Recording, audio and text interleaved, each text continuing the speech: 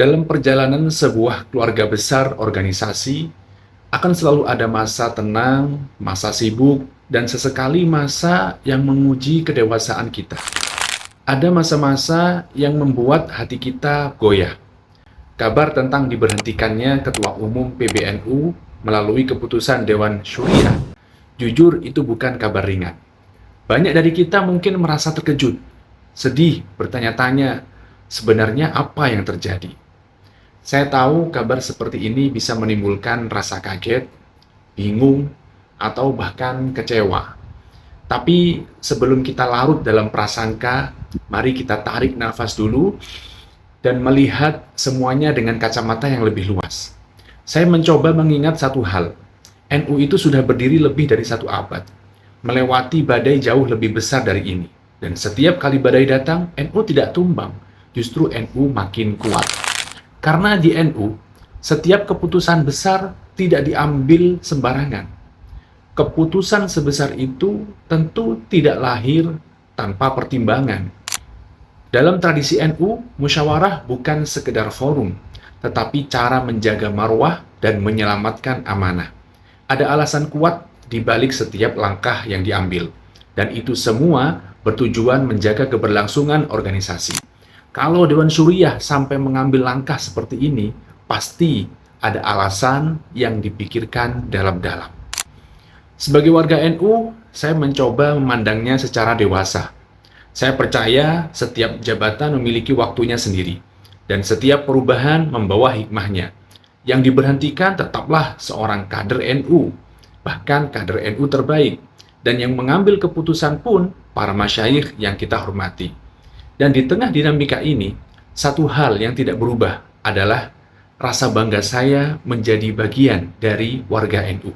NU adalah rumah pemikiran, manhaj, dan tradisi keilmuan yang telah membimbing kita untuk berislam dengan teduh, inklusif, dan penuh akhlak. Jadi meskipun ada pergantian dalam struktur kepengurusan, kemantapan hati saya tetap sama. Saya tetap bersama NU. Jadi meskipun ada pergantian, meskipun ada keputusan yang terasa berat, hati saya tetap nyaman bersama NU. Karena NU adalah cahaya panjang yang diwariskan kiai-kiai kita dari surau kecil, di desa, sampai majelis besar di pusat. Dan cahaya itu tidak akan padam hanya karena satu keputusan. NU itu ibarat mata air. Siapapun yang menimba darinya akan mendapatkan keteduhan. Dan mata air itu tidak akan kering hanya karena satu riak di permukaan.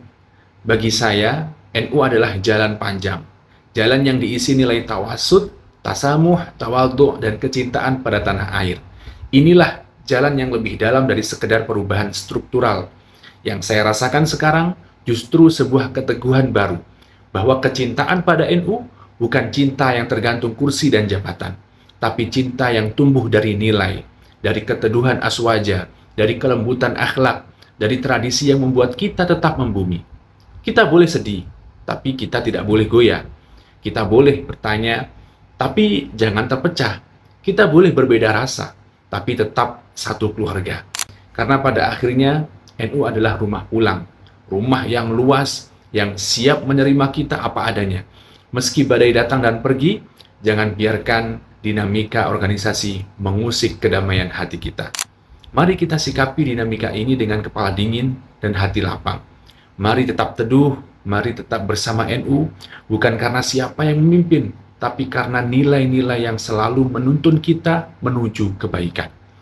Perubahan boleh terjadi, tapi cinta kita pada NU tetap tidak berubah.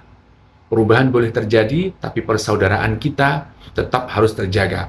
Kita tetap satu jamaah, satu barisan, satu komitmen, menjaga NU agar terus menebar kedamaian. Dan selebihnya, mari tetap tenang. Karena NU akan selalu lebih besar dari satu peristiwa dan lebih kokoh daripada sekadar pergantian jabatan.